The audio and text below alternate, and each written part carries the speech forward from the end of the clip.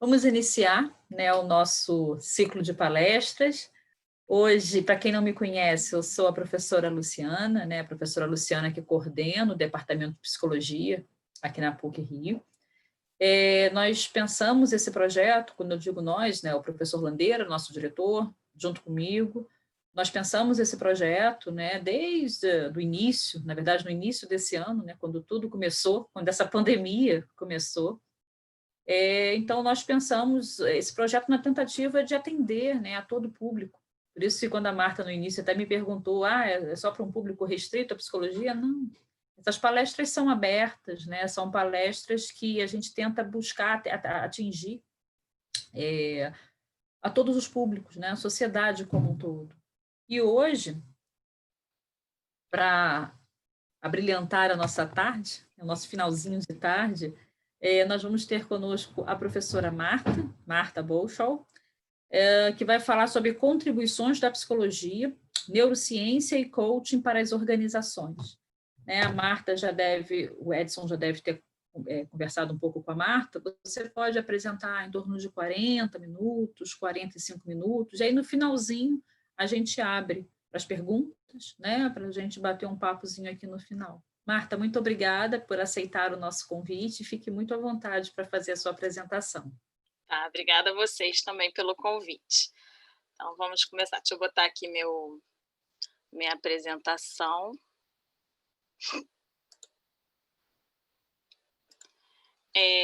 Eu gosto sempre de começar me apresentando um pouquinho, porque eu brinco que eu tenho uma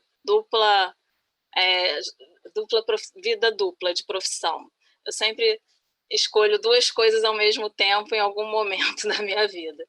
Então, quando eu comecei a fazer psicologia, né, eu comecei atendendo com psicanálise, né, foi a minha primeira escolha profissional dentro da psicologia, e eu fazia ao mesmo tempo uma formação de dança, né, mas era uma formação mesmo, não era um curso de dança, era o curso da Angel Viana, que atualmente é uma faculdade, mas na época era um curso técnico. Então, eu acho que eu também tenho esse olhar, né, eu não trabalho atualmente com isso, mas esse olhar para a linguagem não verbal. E aí, depois de um tempo de experiência com a clínica, eu fiz o mestrado, aí com Landeira, em neurociências, e aí eu comecei a estudar e fiz uma formação também de terapia cognitiva comportamental. E aí eu acredito muito que a gente possa ter uma clínica sistêmica. Então, atualmente, no meu consultório, eu trabalho com as duas metodologias, dependendo da demanda, dependendo do momento e da pessoa, certo?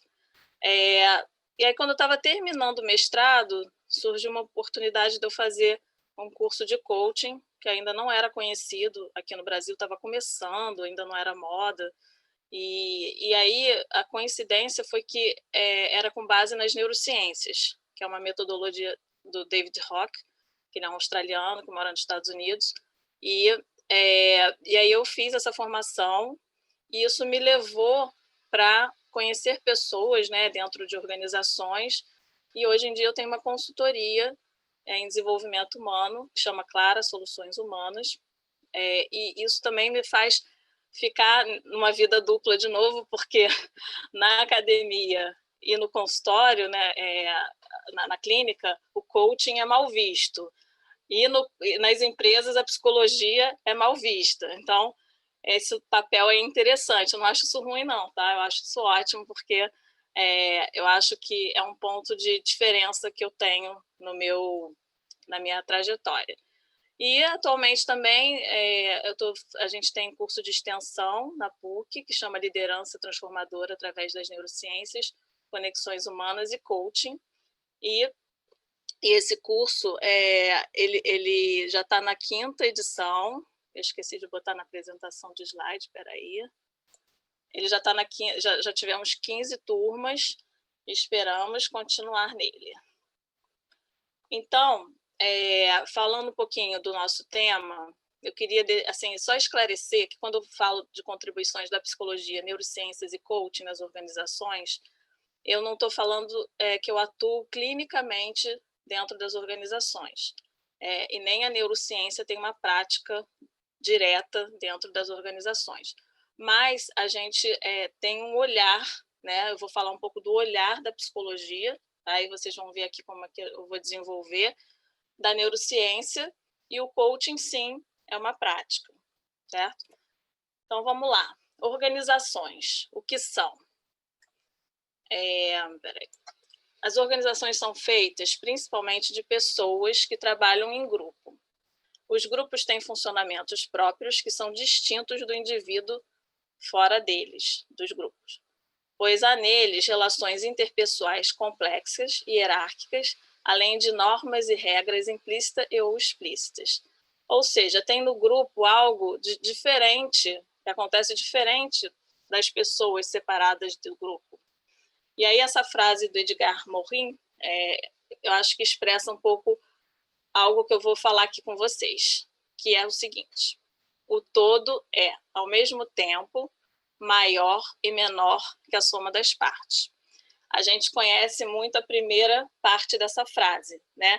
Que é quando a Gestalt fala isso para a gente, todo o estudo da percepção. Mas ele faz um estudo de complexidade e ele fala que o todo também é menor, porque quando você está dentro de uma estrutura, você perde liberdade, você perde outras possibilidades de ser, certo? Então, vamos pensar numa tapeçaria, ela, quando você olha ela no todo, ela é mais do que a soma das partes, mas cada fio para estar ali não está em outro lugar, certo? E aí vamos falar um pouquinho, essa parte aqui eu colei de uma das minhas sócias, né? Esqueci de falar, no final eu falo melhor. A minha consultoria é com a Laís Calduro e com a Carol Raposo, e a gente trabalha com uma visão holística das organizações. Isso aqui eu roubei da Carol, ela me emprestou, ela me emprestou, que é uma visão sistêmica, tá? É um olhar da antroposofia. E o primeiro nível de uma organização é o nível do recurso, que fala da parte material mesmo, né? As máquinas, os recursos financeiros, os equipamentos, tudo que é físico. Depois a gente tem o nível de processos, que é tudo que circula dentro de uma organização. Compreende todos os fluxos, né? Materiais, documentos, dinheiro, tudo que circula. Nós temos também o nível das relações, que envolve tudo que acontece entre as pessoas, comunicação, liderança, sentimentos, pensamentos, e temos a identidade, que é a visão, valor e missão, né? Missão, valor e também a história, né? A biografia da empresa. O que é importante a gente falar aqui é que nenhuma dessas partes é mais ou menos importante. Como uma visão holística, todas elas são igualmente importantes. Mas eu vou fazer o recorte, né, como psicóloga e coach, no nível das relações. É onde eu atuo mais e é onde vai estar o meu olhar. Isso não quer dizer que os outros níveis não sejam tão importantes quanto, certo? E aí um pouquinho, só para a gente entender o que é uma cultura organizacional, porque isso é muito importante quando a gente está dentro de uma organização. Tem toda uma parte que é visível dentro da organização, né, para os seus colaboradores, para quem está de fora, que é a linguagem, o símbolo, os rituais, os mitos, o comportamento, né, que é a parte mais externa do círculo, né, aquilo que você vê, está visível. Tem uma parte mais escondidinha, mas que com o tempo se percebe, que são as crenças, normas, valores, pensamentos e sentimentos, né, das pessoas, já que as organizações são feitas de pessoas, e mais escondido ainda a missão, valor e legado do fundador. Não que esteja escondido, tá, gente? Uma empresa que tenha, elas até escrevem às vezes, né, na parede qual é a missão, o valor delas, mas isso é menos fácil de você perceber, né? E claro, empresas mais funcionais deixam isso claro também lá em cima, na linguagem, nos símbolos, nos rituais, nos mitos e nos comportamentos. E, bom, dito isso, vamos falar um pouco de nós, pessoas, seres humanos. Nós somos seres racionais? Nem tanto, né? podemos ser, mas a neurociência está falando que nós tomamos decisões antes de tudo emocionais. Então, eu peguei 2 frases, né, para a gente tentar entender isso. Uma é que, nesse sentido, há experiências reveladoras de que uma decisão tomada conscientemente é registrada por um aparelho cerca de meio segundo antes do sujeito ter consciência dela. Tá? O Andrade é um cara que fala de diálogos entre a neurociência e a psicanálise. E o que ele está falando para a gente? Que a gente só tem consciência da nossa decisão meio segundo antes, né? Quer dizer, meio segundo depois da gente ter tomado a decisão. O nosso impulso primeiro é emocional. E o Damasio também, né? Vocês devem conhecer o erro de Descartes, que é bem famoso. Ele fala para a gente que a razão pode não ser tão pura quanto a maioria de nós pensamos, que é ou desejaria que fosse. E que as emoções e os sentimentos podem não ser de todo uns intrusos no bastião da razão, podendo encontrar-se, pelo contrário, enredados nas suas teias para o melhor e para o pior. Né? Nós temos um cérebro muito antigo para um mundo muito diferente. Então, nem sempre a emoção ela vai ao nosso favor. Mas nós temos também possibilidade de de inibir um impulso, né? De inibir uma emoção e agir de uma forma diferente. Né? Isso a gente fala bastante no nosso curso. Isso aqui foi só para ficar bonitinho. E por que eu estou falando disso tudo? Né? Porque a gente tem algumas consequências, né? A gente vê algumas consequências dessa busca por racionalidade dentro das organizações, né? Que às vezes levam a uma armadilha. Né? Lembra lá que eu falei da pirâmide? Que às vezes assim, o problema está lá nas relações e a organização quer dar uma solução técnica, material. Né? E, claro, às vezes a solução é essa, mas muitas vezes não é também.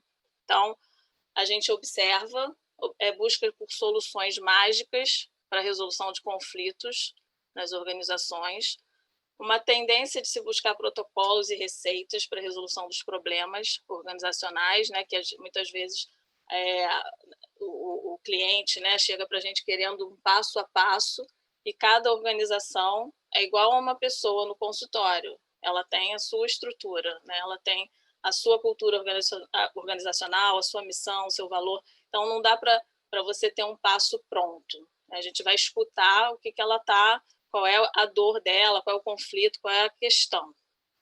E assim, o ponto que eu vou pegar aqui com vocês, mais profundamente, é o adoecimento psíquico das pessoas em relação ao seu trabalho.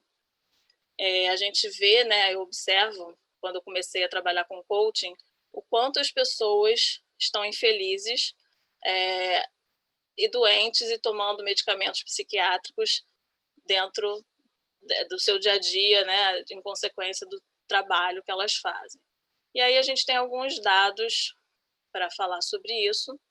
O primeiro é do Ministério da Saúde, que ele fala deixa eu ver aqui que vocês estão na frente. Entre 2006 e 2017, a gente tem esse dado aqui, né, que chama muita atenção: 47%, né, de reações ao estresse e transtorno de adaptação. Né? E aí volta aqui embaixo outros transtornos ansiosos, 17%.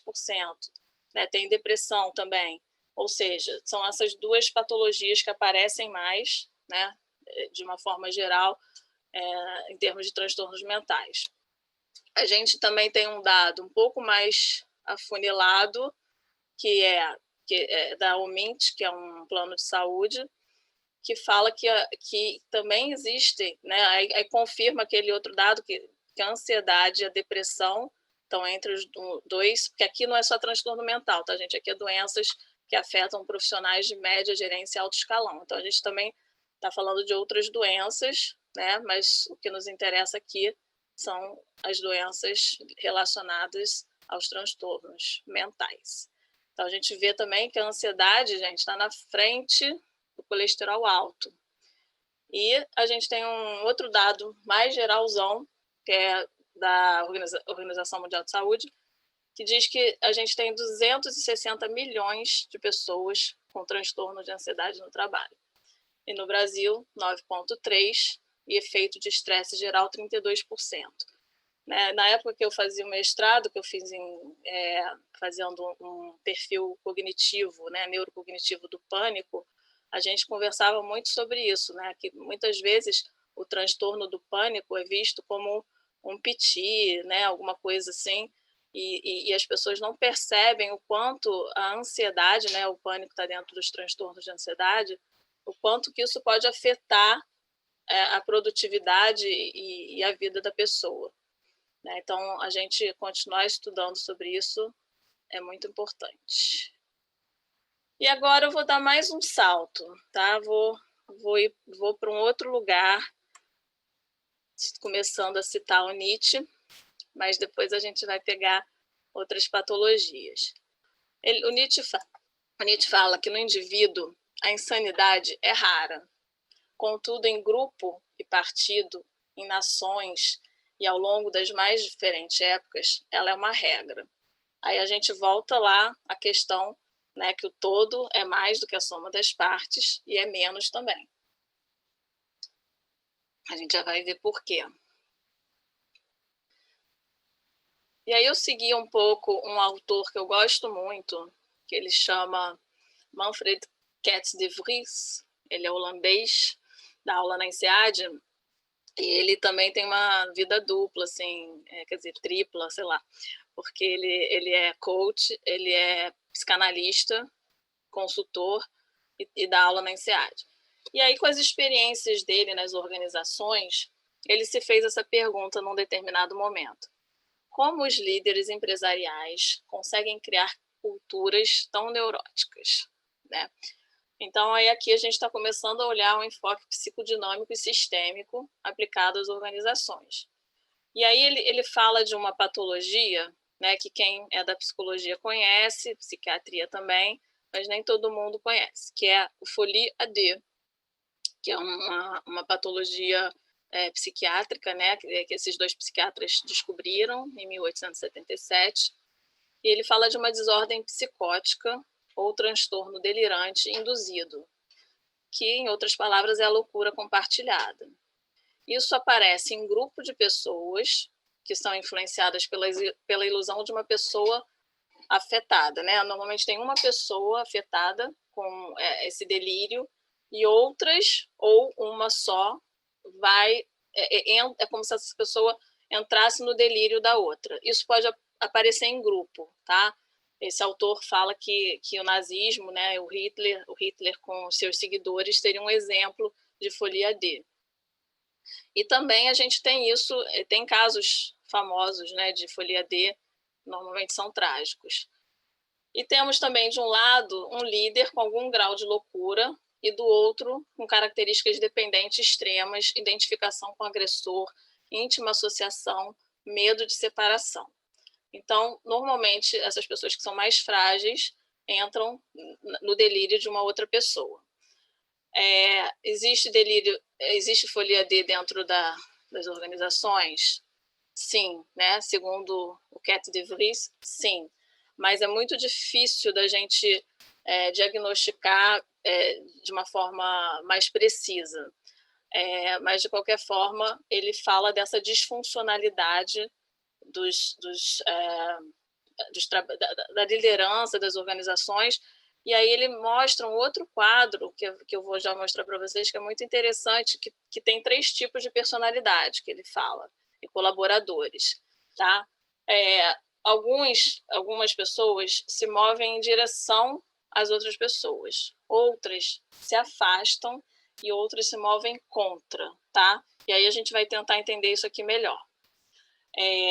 Existem esses padrões todos. É importante dizer que isso é um espectro de personalidade. Então, como o espectro não é nada branco no preto, tá? Existem vários tons de cinza aí. Existem blends, tá? Assim, um narcisista com controlador, por exemplo, tá? Não é purinho, assim. É difícil se achar uma personalidade única, mas existe uma prevalência, né, de algumas características. A outra coisa que eu queria falar é que essas colunas são independentes. O líder ele não está relacionado com o colaborador, quer dizer, o narcisista ele tem uma frequência muito alta, mas ele não tem um colaborador narcisista. Normalmente tem várias combinações, várias possibilidades, tá? Mas é comum a gente ver dependentes, autossabotadores, deprimidos seguindo os narcisistas. E como eu falei no início, nada é tão puro assim, é uma tendência. Então, eu não vou falar cada um deles para vocês, porque não daria tempo. Só isso dá uma palestra. Mas eu vou falar um pouquinho do narcisista, que é o que apareceu muito alto, né? E que são pessoas que conseguem cargos de liderança, normalmente, nas empresas, quando eles têm, ao mesmo tempo, competência. Sem a competência, eles não conseguem, tá? Mas, como aparece uma frequência alta, isso é comum. Os narcisistas, normalmente, têm ideias de grandiosidade, eles têm falta de empatia, eles são otimistas, eles vão em direção às pessoas, né? Eles estão nesse grupo que vão em direção às pessoas, eles gostam do poder, mas é como se eles tivessem, né, como o nome diz, um ego inflado, que às vezes não se sustenta, tá? Então, se ele não tiver competência, ele não consegue fazer uma boa liderança. Caso ele tenha, ele vai conseguir, e ele tem, como ele é uma personalidade que agrega, ele consegue seguidores para fazer o trabalho que ele quer, né? Que ele também tem uma característica de explorar as pessoas, né? No sentido de fazer com que elas façam para ele, certo? E aí, assim, eu esqueci de falar, né, que os 4 primeiros, né, o narcisista, histriônico, controlador, dependente, são desse grupo que vão junto, né, que agregam pessoas. O autossabotador, o evitativo e o depressivo são tipos que se afastam, que tendem a se afastar do outro. E o abrasivo, o paranoico, o sabotador e o antissocial, eles vão contra o outro, né? Então, eles realmente prejudicam o outro, né? O antissocial é bem conhecido. E, passando daí, a gente vai começar a falar um pouquinho das possíveis abordagens no caminho da saúde organizacional, né? Já que a gente falou de doença, o que a gente pode fazer para melhorar? Então, a gente tem o olhar psicodinâmico sistêmico para as organizações, que foi esse olhar que eu dei aqui para vocês, né, da psicologia, pegando esse autor, o Manfred. A gente tem o olhar através do conhecimento das neurociências, que eu ainda vou falar um pouquinho, ou seja, funcionamento mental do ser humano. A gente tem que oferecer escuta, né? Aí faz um paralelo com a clínica, a gente tem que entender o que a organização está precisando para ser mais funcional, atuar junto às lideranças, porque são as lideranças que influenciam os outros, elas são modelos, né? Elas geram modelagem, e facilitar a criação de um ambiente de segurança psicológica, que esse é um conceito novo, que ele seria óbvio se não fosse, né? Acaba não sendo. E aí eu vou falar então um pouquinho antes da segurança psicológica, que é um entendimento compartilhado pelos membros de um time, que o time é seguro para correr riscos interpessoais, né? A Amy Edmondson, ela é uma pesquisadora de Harvard, ela trabalha com vários grupos, né, com várias organizações, desde hospitais a empresas, e ela é engenheira de formação, mas com mestrado em psicologia, e ela começou a perceber que as empresas que se permitiam errar mais, ou pelo menos falar sobre os erros, tinham performance melhores. E a hipótese dela era o contrário disso, e aí ela foi tentar entender por quê. Então, vamos tentar ir junto, né? O que seria correr riscos interpessoais em um time? Muitas coisas, né? São aquilo que eu falo, assim, quando a gente lê parece óbvio, mas quem trabalha em organização sabe que não é. Pedir, dar ou recusar ajuda, falar abertamente sobre erros, que foi o que eu acabei de falar, pedir e dar feedback, compartilhar ideias fora da caixa, defender ideias ou pontos de vista impopulares, admitir que você não sabe, admitir que não entendeu, desafiar o status quo, pedir para explicar de novo, e tem muitas outras coisas. Mas, assim, os pontos mais relevantes que ela fala é essa capacidade de falhar, encarar um conflito, né, e a complexidade, porque a gente vive num mundo complexo e ambíguo, né? Então, encarar essa ambiguidade como um aprendizado e não como uma resolução do problema, né? Muitas vezes as pessoas querem passar direto para a resolução do problema. Então, ela diz, não, vamos aprender com o problema. E o outro ponto é a curiosidade, é gerar curiosidade, fazer perguntas para chegar, né, ao entendimento do problema. Então, e aí quando você cria uma equipe, um time que tem essas características, você cria um time de confiança, que você pode ser você mesma, né? Que ela fala que nas pesquisas dela, que normalmente as pessoas querem, muitas vezes não falam o que pensam, porque querem causar uma impressão, né, de quem elas não são, na verdade, né? Que a psicologia chama isso de gerenciamento de impressão. Então, você, para não correr risco, né, de ser considerado sei lá o quê, você não fala. E aí ela diz que isso é uma armadilha para você ter uma equipe funcional e mais inovadora até, né? E a neurociência, né? O que a neurociência pode colaborar? A gente tem uma parte da neurociência que estuda, né, a parte social, que é a neurociência cognitiva social. E olha só que interessante, 3/4 dos nossos pensamentos estão nos relacionamentos sociais. Ou seja, a gente pensa muito sobre as pessoas, as relações, o nosso entorno, né, o nosso ambiente.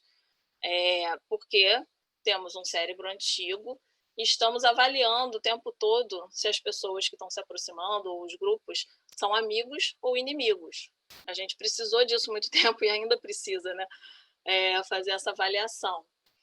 E aí, nesse sentido, você está sempre avaliando se você vai compartilhar ou vai competir, tá?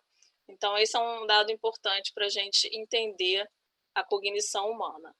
O outro é que a gente tem neurônios espelho, né? Ou seja, a gente faz modelagem comportamental o tempo todo. Um exemplo clássico disso é o bocejo, que você vê uma pessoa bocejando, você boceja também, e nem sempre você está com sono. É um aprendizado comportamental imitado. Esses neurônios ficam na parte pré-frontal, motora, então tem muito a ver com comportamento mesmo, tá? Agora, pensem no bocejo e vamos ampliar para comportamentos maiores, né? E às vezes mais graves, certo? E aí pensando no líder, né? Como que o líder é um modelo comportamental. A gente tem também a teoria da mente, que é muito interessante, que fala de metacognição, que é o pensar sobre o pensar do outro. Então, a gente está o tempo todo inferindo o que o outro está pensando, o que o outro está sentindo, o que o outro, né? Essa capacidade é inata, começa a se desenvolver quando a gente é criança, mas todo mundo tem. Tem pessoas que têm mais, tem pessoas que têm menos, tá? Assim, eu gosto de brincar que advogado tem muito isso. Psicólogo também pode ter bastante, né? Porque a gente trabalha ouvindo o outro e tentando entender o que o outro está pensando. E nem sempre a gente acerta, mas quando a pessoa tem essa capacidade alta de entender o outro, né? Inferir sobre o pensamento do outro, isso abre uma possibilidade imensa também de relacionamentos, até mesmo de manipulação, certo? E falando um pouquinho do coaching, né? Até agora eu falei um pouco das abordagens de um olhar mais teórico, né, da psicologia, psicodinâmico, sistêmico, e o olhar da neurociência, tá? Que é como são a partir das minhas observações e experiências, né, e da empresa e tal, como eu vejo que as empresas estão se comportando, né, em termos de patologia, de disfuncionalidade. E aí acho que a psicologia e a neurociência podem ajudar a gente a compreender. Agora, falar um pouco do polêmico coaching, né? Que, como eu falei lá no início, nas empresas, né, o coaching é bem visto e a psicologia não. E ao contrário, né, a academia e a clínica não gostam do coaching. E aí é importante a gente falar que, bom, primeiro que eu só trabalho com coaching de liderança, que é o executivo, e que existem muitos outros tipos, né? Existe coaching life, né, que é o coaching de vida, o coaching financeiro, coaching, enfim, muitos outros tipos, e existe também abordagens distintas, né? Como tem a Gestalt, a psicanálise, a TCC, também existe coaching ontológico, o coaching baseado na antroposofia, o coaching baseado nas neurociências. Então, existem muitos tipos e também formações sérias, profissionais sérios, e outros não, como em todas as profissões, certo? E aí, falando um pouquinho, né, quando é dentro de uma empresa, né, que o nosso foco aqui é esse, a gente sempre tem um contrato, né, inicial, que nem a gente faz no consultório, que ele tem que estar alinhado com os objetivos da empresa, né? O coach, que é quem recebe o coaching, ele tem que alinhar com a empresa quais são os objetivos e com o coach, né? A gente faz uma reunião, os três, normalmente, né? Que normalmente é uma pessoa de RH ou o gestor do coach. E aí, dentro disso, inclui questões que são questões pessoais também, porque nós não somos separados, profissional, né, pessoal, senão a gente não estava ficando tão doente dentro do trabalho. Então, pode incluir questões pessoais, desde que esteja alinhado com os objetivos da empresa. Também tem sigilo quanto ao conteúdo do processo de coaching. Apesar desse alinhamento, só é possível falar, né, para a empresa sobre o processo, mas não sobre o conteúdo. E existe código de ética, tá? Assim, aqui no Brasil a gente tem a ICF, que que tem a ver com um órgão que regula algumas questões do coaching, e um dos códigos de ética é a indicação para outros profissionais quando necessário. Então, um bom coach, ele sabe quando não é para fazer o coaching, é para fazer terapia, por exemplo, né? Ele tem que ter essa sagacidade, essa percepção e essa ética, tá? Normalmente, pessoas mais fragilizadas não conseguem fazer o processo de coaching, porque, na maioria das vezes, ele tem sessões pré-determinadas, em um tempo menor também. O coaching, o autor que eu... O autor não. Esqueci o nome. O curso que eu fiz, né, do David Hock, fala muito, né, ensina muito para a gente, já que é baseado em neurociências, esse pressuposto, que não diga aos outros o que fazer, faça-os pensar. Porque coaching não é mentoria, coaching não é consultoria. Então, ele não é um treinador. Por isso que eu botei aquela carruagem. Uma das traduções de coach é carruagem. Então, ele leva você de onde você está para algum lugar que você queira ir. Então, ele faz com que a pessoa pense quais são as melhores soluções para elas. Então, o coaching, ele busca... gente, só um minuto. Ele busca transformação e desenvolvimento pessoal, tange o autoconhecimento. É muito difícil você adquirir novas habilidades, desenvolver agilidade cognitiva se você não se conhece, né? O autoconhecimento é o ponto de partida. Ele desenvolve agilidade cognitiva, habilidades específicas, né, que vão ser ali combinadas no processo. Acho que essa parte é bem importante. Ele desafia e reavalia as concepções do coach, né? Ou seja, ele está o tempo todo quebrando crenças e pressupostos para você pensar de uma outra maneira, né? Abrindo através de perguntas, né? O coaching trabalha muito através de perguntas, mas isso não quer dizer que não possa haver também uma comunicação direta quando for preciso, né? Você falar, não precisa ser perguntas o tempo todo, existem momentos de você comunicar diretamente. E ele aprimora o estilo de liderança, né, que a gente falou até agora. Então, por exemplo, se você pega... Eu tenho um exemplo de um coach que ele era bastante bom tecnicamente, mas ele tinha um relacionamento muito difícil com a equipe dele, né? E aí, pensando lá no que eu falei com vocês, né, do espectro de personalidade, ele tinha um mix assim, de controlador com abrasivo. Então, ele era trator, e só que ele não tinha essa consciência. Ele achava normal, assim, falar da maneira que ele falava, fazer o que ele fazia. E aí foi através de perguntas, né, e do processo que ele foi percebendo que não eram todos os outros que estavam sendo sensíveis demais. E esse foi até um caso que eu indiquei para terapia, né, não comigo, porque quando eu estou fazendo processo de coaching eu não faço terapia, mas acho que nesse caso valia a pena ele fazer as duas coisas. E falando, então além do coaching, tudo isso que eu falei até agora, gente, são processos, né, metodologias, abordagens para melhorar a funcionalidade, a saúde organizacional, um caminho, né, uma possibilidade, e aumentar a segurança psicológica também das organizações. O coaching, o coaching é uma das abordagens, e agora eu vou falar de outras 3, bem rapidinho, porque o meu tempo está acabando.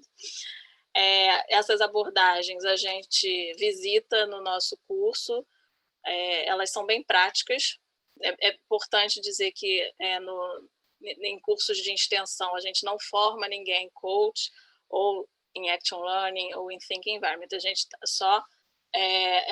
faz algumas sessões experienciais e aí conversa como que isso pode agregar para a liderança.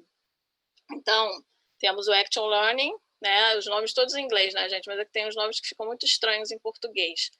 O Thinking Environment, que seria ambiente de pensamento, Action Learning, aprendizado para ação, né? Ação, peraí. Comunicação não violenta, que é o mais conhecido de vocês. Então, falar um pouquinho do Action Learning.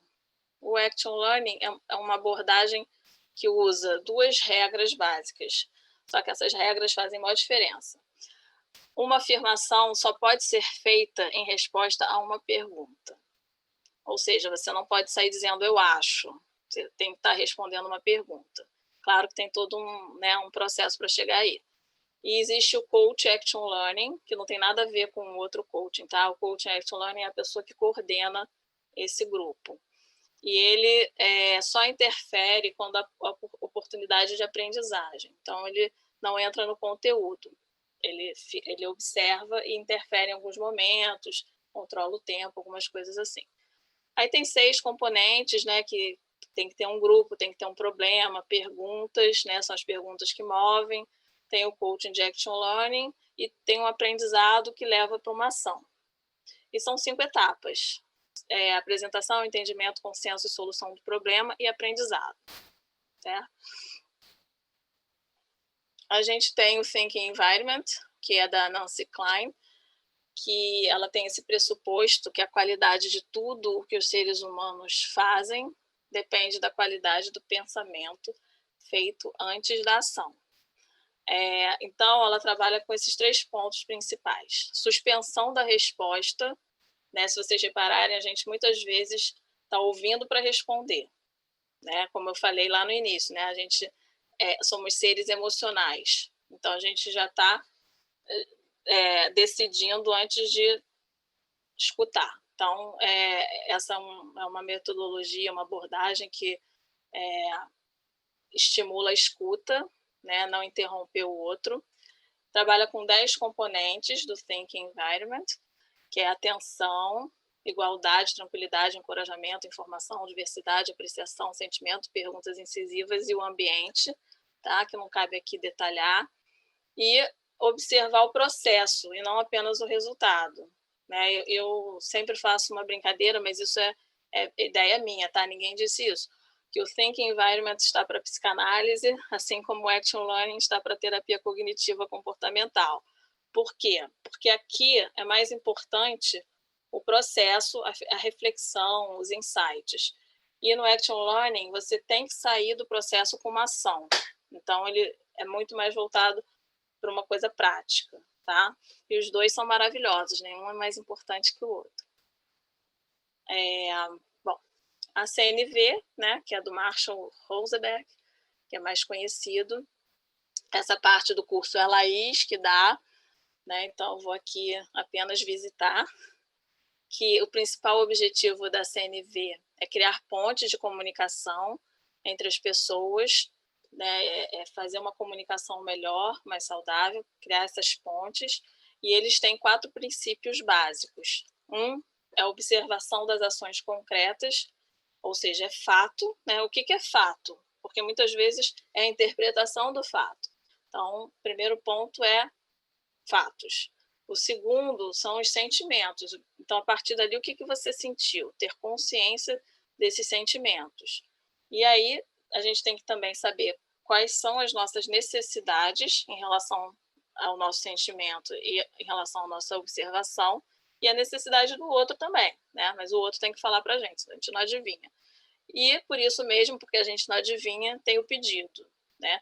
Tudo isso também tem exercícios e cada ponto desse é desdobrado, tá? Aqui eu estou dando um panorama bem rápido e superficial para vocês, só porque a gente está falando de saúde organizacional, e eu acho essas 3 abordagens bem interessantes. E aí vamos terminar com a frase do meu ídolo, que é o Manfred Cat de Vries, que ele fala de organizações autênticas e góticas, de autenticidade, tá? Pessoas doentes criam organizações doentes. O reverso também se aplicaria perfeitamente. Porém, as coisas não são tão simples. Os ingredientes certos, cultura, estrutura, estratégia e visão, precisam ser combinados para criar o tipo de empresa que atraia, retenha e desenvolva indivíduos sadios. Certo? E aí, eu queria agradecer algumas pessoas em especial, porque isso aqui, apesar de ser uma palestra, foi feita em equipe. A Ana Clara, minha filha, me ajuda com a tecnologia. Outras pessoas me ouviram, né? As minhas dúvidas, as minhas questões. As minhas sócias que convivem e nós aprendemos o tempo todo uma com as outras. E hoje é aniversário da Carol, parabéns.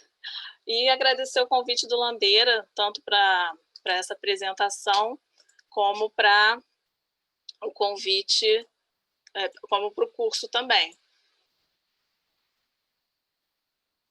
Que ele sempre abre espaço para mim na PUC. Bacana, muito bom. Consegui no tempo, hein?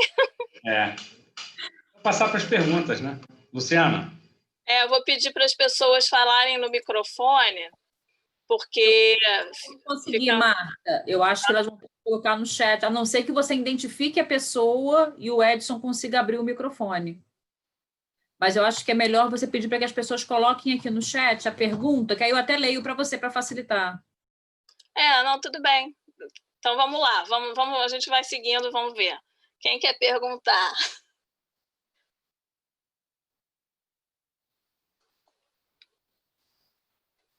Dúvidas? Podem abrir. A câmera vocês conseguem abrir, tá?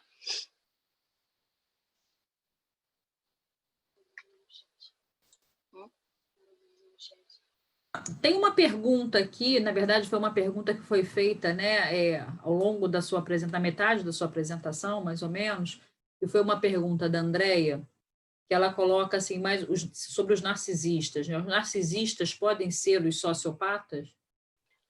Boa pergunta. Não, Andréia, narcisismo é diferente de sociopatas. Eles têm semelhanças, mas o sociopata está naquele grupo que é contra os outros, né? E o narcisista ele vai em direção ao outro. Então, a diferença assim, é que o sociopata ele não tem sentimento, né? Ele não tem empatia, e ele não ele passa por cima do outro de forma mais violenta, né? Tanto que a gente tem os psicopatas são um tipo de sociopatas. Então eles são, digamos que ele tem características um pouco mais agressivas. O narcisista ele tem mais mania de grandiosidade, ele tem fantasia com poder. O sociopata também gosta do poder, e também se dá muito bem normalmente dentro das organizações. Mas a diferença é que eles são mais frios, né? Esclareci? Agora eu que fiquei muda. Esclareceu sim. Ela, não sei se você chegou a ver, mas ela colocou aqui o sinal de joinha. Eu vi. Tem, gente. Mais alguém gostaria de fazer alguma pergunta? Acho que foi tudo tão claro, né? Estava tão didático que... Mas eu falei de muito assunto ao mesmo tempo, né? Então, gente, sintam-se à vontade. Estou vendo que tem uns alunos aqui da PUC que fizeram curso. Se quiserem tirar alguma dúvida. Hoje eu dei um enfoque diferente do curso um pouquinho.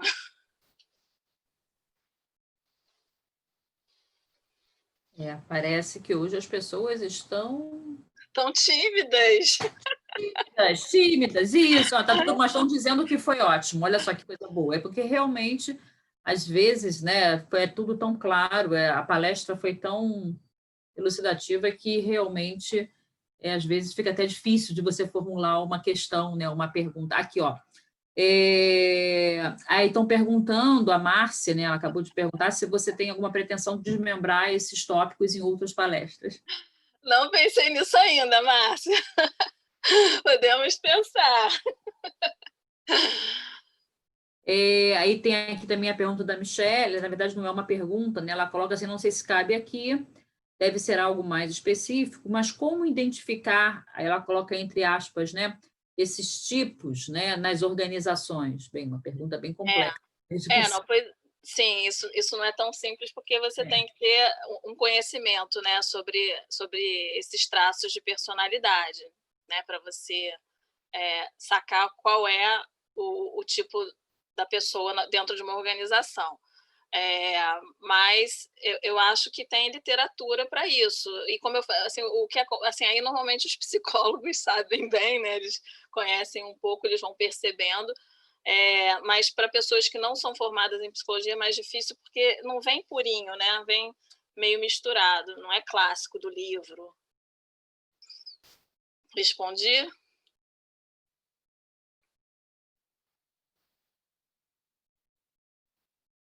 Parece que sim. Muito. Estou vendo algumas... Cláudia pode perguntar, minha amiga de Argentina, a Laís. A Adriana está perguntando, a Adriana Barbosa, se você pode indicar algum livro de coaching para a liderança. Posso. Tem esse aqui. Aliás, muita coisa eu tirei daqui. Você lê em inglês, que esse é em inglês. The Leader on the Couch. É muito bom, que é desse cara que eu falei, é do Cat de Vries. Ele tem livros em português também. Qual é a especificidade? O que ela perguntou exatamente? É um livro de coaching para a liderança. Tá. Tem os além desse, né? E tem alguns em português dele também, que você pode dar uma procuradinha, e ele sempre fala do coaching. Tem o do David Rock também, que é aquele que eu falei, né? Não diga aos outros o que fazer, faça-os pensar. Ele tem um outro título, mas por esse nome você acha. Nossa, tem tanta coisa. Eu vou deixar aqui meu e-mail, depois eu posso te mandar, porque agora eu não vou saber de cabeça todos. Tem uma sugestão, mas aqui é uma sugestão da Márcia, eu acho que mais geral, né, que ela gostaria de palestras sobre como podemos identificar que as pessoas estão com algum distúrbio focado para líderes não psicólogos, né? Ela fez apenas um comentário, assim, até a Márcia foi minha aluna, ela adora, né, Márcia? Você adora. Abre o microfone dela. Márcia, eu acho o tema super interessante e eu amo, mas eu não sei se vai ter público suficiente que se interesse por esse tema. Se tiver e o Landeira topar o desafio, a gente abre um curso voltado para isso. Opa, se quiser, me soltaram aqui. Pode propor, sem problema nenhum. Me soltaram. É mais para a gente poder ajudar o pessoal, entendeu? Porque às vezes a gente está ali lidando com eles e não sabe direito o que está acontecendo. Então, se a gente conseguir pelo menos identificar, até para você não tocar nos pontos errados, entendeu? Então, teria que ser alguma coisa didática para líderes não psicólogos. Você gostaria de saber mais sobre os traços de personalidade. Para ajudar a gente mesmo no dia a dia, entendeu? Uhum. Tá, podemos pensar nisso, Márcia, me cobra. Não, pode ser até pequenas pílulas, assim, às vezes não precisa ser um grande curso, né? É sentir se tem público ou não. A gente pode fazer essa testagem, de repente falar de outras coisas também junto, né? Uhum. Que ótimo. E a Marta colocou aqui, ela acabou de disponibilizar no chat também o e-mail dela. Se vocês quiserem entrar em contato com a Marta, ela acabou de colocar aqui, acabou não, já tem um tempinho, tem 1 minutinho que ela colocou aqui, o e-mail dela de contato. Então, é sempre bom, né, para contatos futuros, para qualquer dúvida, que às vezes vocês ficam tímidas em perguntar aqui. Pois é. Contar direto a Marta, está aqui o e-mail também. Aí está aí o Paulo, na verdade, fazendo uma pergunta, eu acho que em relação à sugestão feita pela Márcia, e o Paulo fala aqui, pergunta, né, que seria um curso para identificar patologias em colegas de trabalho. Isso também poderia ser muito interessante. Paulo, isso é a ideia, né? A ideia que a Márcia deu. Você tá reforçando isso? Abre a câmera aí. Sim, ele já respondeu que sim, Marta. Ele respondeu rapidamente. Tá bom. Landeira, você gostaria de finalizar aqui, que nós já estamos estourando também o tempo?